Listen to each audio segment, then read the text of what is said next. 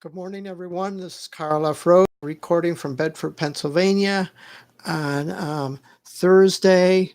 Um, what is it? Yeah. Oh, I turned off my phone. Thursday, August 29th, 2019, I think. Thursday, August 29th, 2019. And this morning, what I wanted to do is I just wanted to uh, yeah. I'm testing out my new microphone here, and because I didn't like the audio on my last on yesterday's live stream with this, but I love how I love the actual the lighting and the contrast. I mean, I can probably edit that in my video editor, but that's okay. I'm liking it this way, and so I'm really testing this to see how the microphone sounds.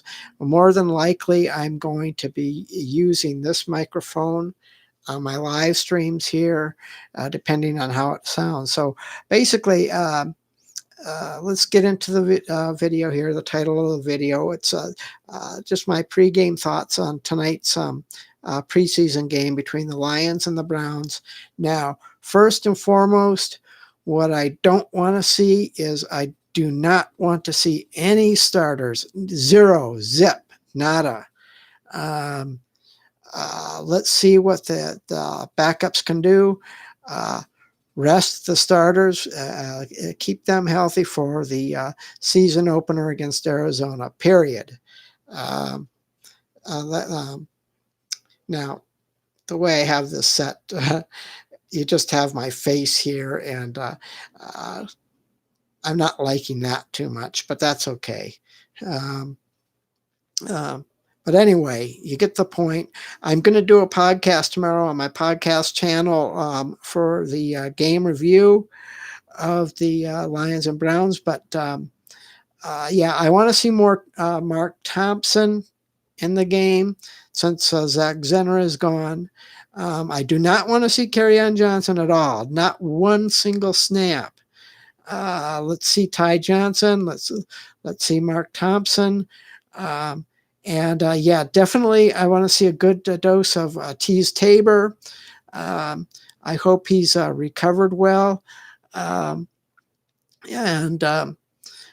Just all the rest of the people who are on the bubble, and see who's going to get cut.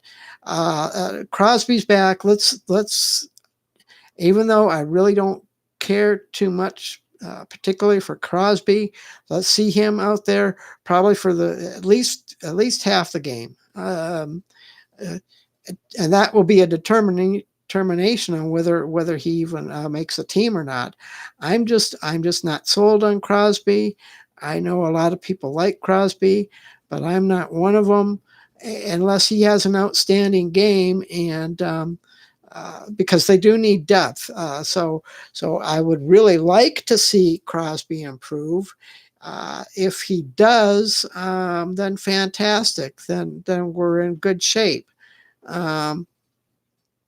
But no, not good shape.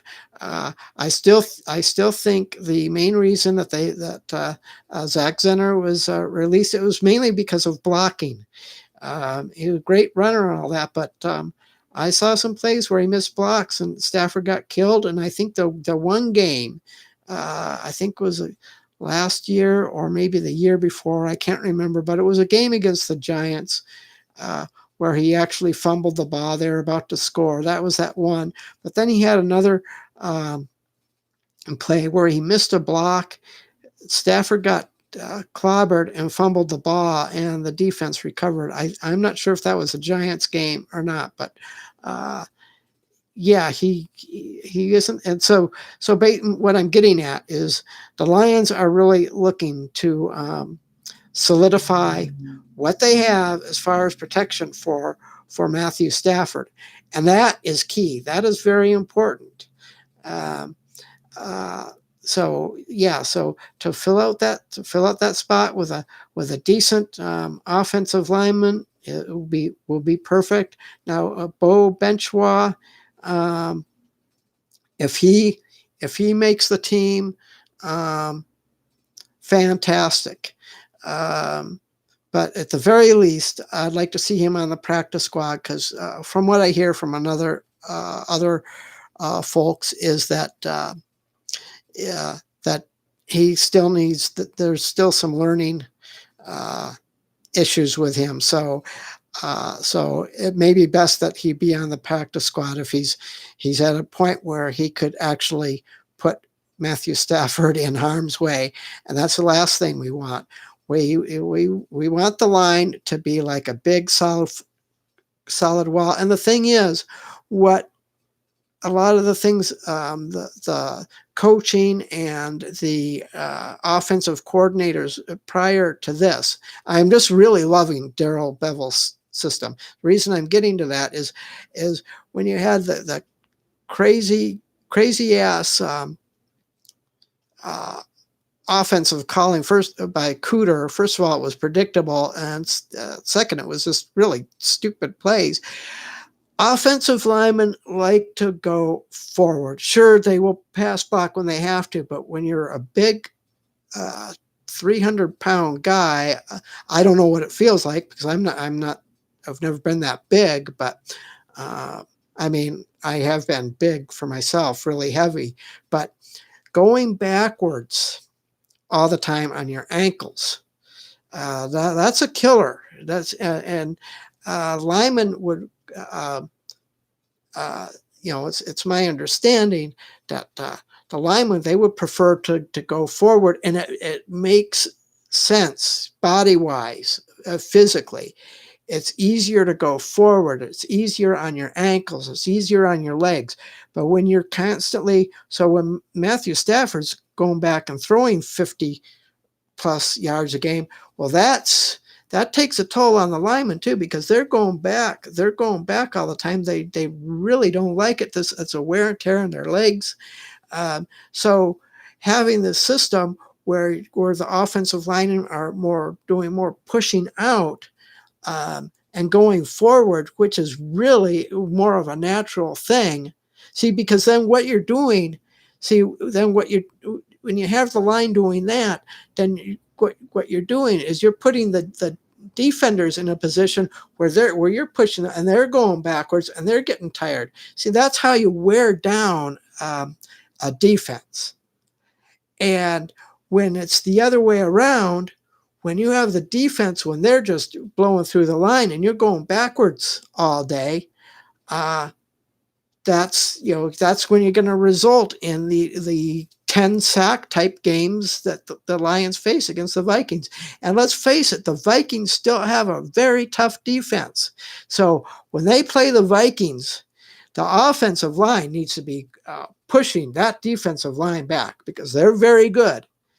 And they, as I said in other videos, Coach Zenner knows the Lions offense, and he knows what to call, when to call. He's very sneaky. He's got defensive schemes. So they have setups where, and if the Lions offensive line is confused, Matt Stafford's going to get killed. And we don't want that. I don't want that because, we've seen what happened to Andrew Luck. And again, I'm going to say I'm very grateful the Lions have Matthew Stafford. I wasn't so grateful for a while. I wanted him gone. Well, that was really wrong on my part because I wasn't looking at the big picture. So in the last few years, I've really been focusing on the line and studying that and listening to other people who other channels who've actually played, who are bigger men, who know how to do line play, and they've helped me understand a lot of this stuff. I'm a smaller guy. I'm more of a speedy guy. Well, I used to be a speedy guy until I blew out both my knees. I've got tendon problems in both of my knees. On cold days here in Pennsylvania, I can barely walk. I don't need a cane. I'm not in a wheelchair or anything. But I got to tell you, uh, you don't rehab right from knee problems and you disregard the orders of the doctors like I did when I was younger, when I was in my 20s. Um, I was warned. They told me I'd pay the price, and I am. I didn't. Uh, I had an orthopedic who told me that he wanted to do the surgery, and I think I was 22 or 23.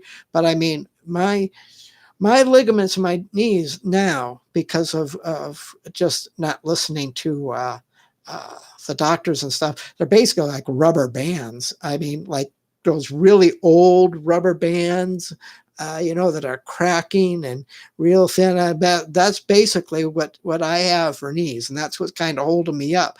And I've fallen a few times, and that's just all my fault for not listening to my doctors. But I was the kind of guy that I was more of a speedy person. Um, when my knees were good. But anyway, I just wanted to get this. I wanted to more or less see how my audio on this sounded.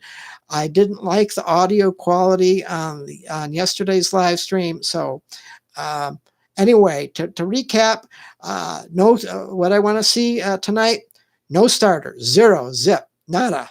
Uh, let's see what the backups can do.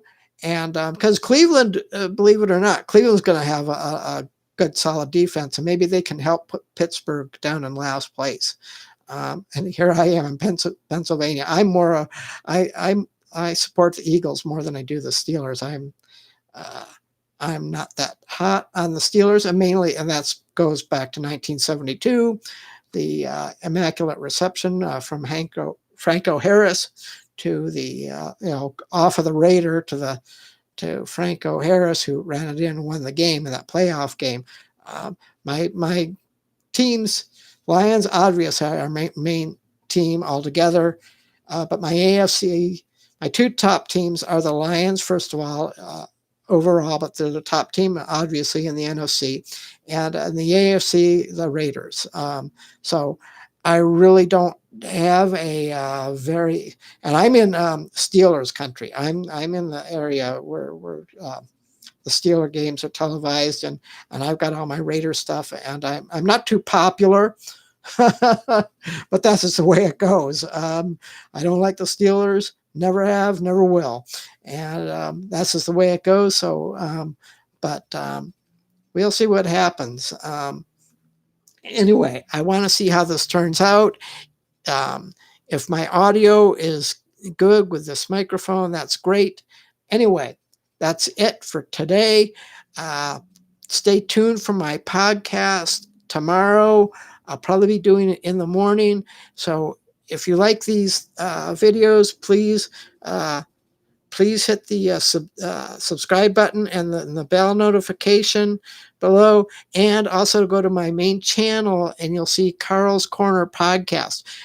Click on that channel and subscribe to that channel and hit that bell notification there too, and then you'll be notified of all my podcasts. Eventually I'm going to be doing podcasts every day, but I'm gearing up more for the NFL season, so my podcasts are going to be 90% all about Lions and Michigan Wolverines, who plays Saturday night. Go Blue, and go Lions, and we will talk to you later.